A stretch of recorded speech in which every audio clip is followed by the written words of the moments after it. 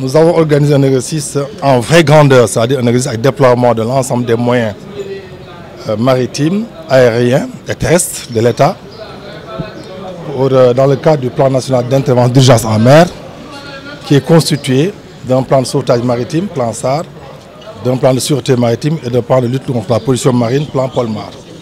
Ces plans visent à apporter un mécanisme de réponse face effectivement à des périls en mer multiformes.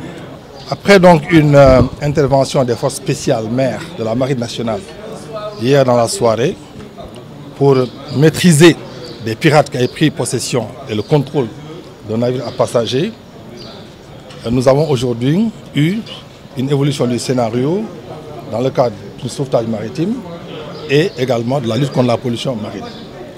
Et ceci également a donné lieu à l'évacuation de la gare maritime de Dakar, puisqu'il y avait une alerte à la bombe. Donc vous savez, quand il y a une urgence de ce genre, il faut appliquer les procédures en vigueur, y compris l'évacuation de la gare maritime. Toutes les parties prenantes à l'action d'État en mer, aussi bien militaires, paramilitaires que civils, y compris même également des acteurs privés, parties prenantes au plan Polmar en particulier, dans le cadre d'une démarche inclusive et participative, qui est vraiment la caractéristique principale de l'action d'État en mer, ont pris part à cette importante rencontre, qui est une rencontre nationale, de niveau national, avec même l'implication également du plan ORSEC, donc pour prendre en compte les risques de pollution qui pouvaient toucher la terre.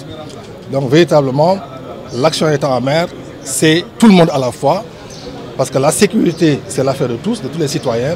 Donc nous sommes dans cette démarche, nous sommes dans ce tempo de participation inclusive et participative. Donc il n'y a pas d'exclusion.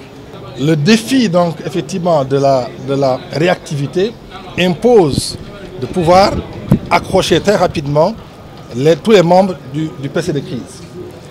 Fort heureusement, nous avons ce qu'on appelle le Comité national de coordination de l'action d'État en mer, dont l'essentiel des représentants sont ici aujourd'hui. Nous disposons des coordonnées téléphoniques, e-mail et autres de l'ensemble des acteurs. Et au besoin, nous envoyons des SMS et autres pour essayer d'alerter. Et très rapidement, peut-être on peut quand même compter sur le diligence pour rejoindre les PC de crise. Le Sénégal dispose d'une capacité, ne serait-ce que minimale, d'intervention.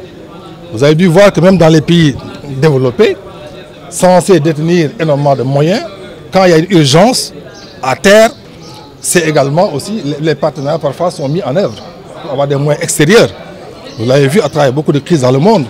Quand ça se passe en mer, c'est encore plus compliqué, mais je rassure tout le monde, l'État du Sénégal aujourd'hui, avec ce fameux concept de coordination de l'action d'État en mer, avec une marine nationale très bien outillée, moderne, avec des personnes très compétentes, des acteurs, forces de défense et sécurité, acteurs de sécurité maritime tels que l'ANAM et autres, le port autonome de Dakar, vous avez vu vous-même, vous avez dû constater vous-même, vraiment il y a quand même une capacité de réaction qui est appréciable, qui est crédible et qui est dissuasive.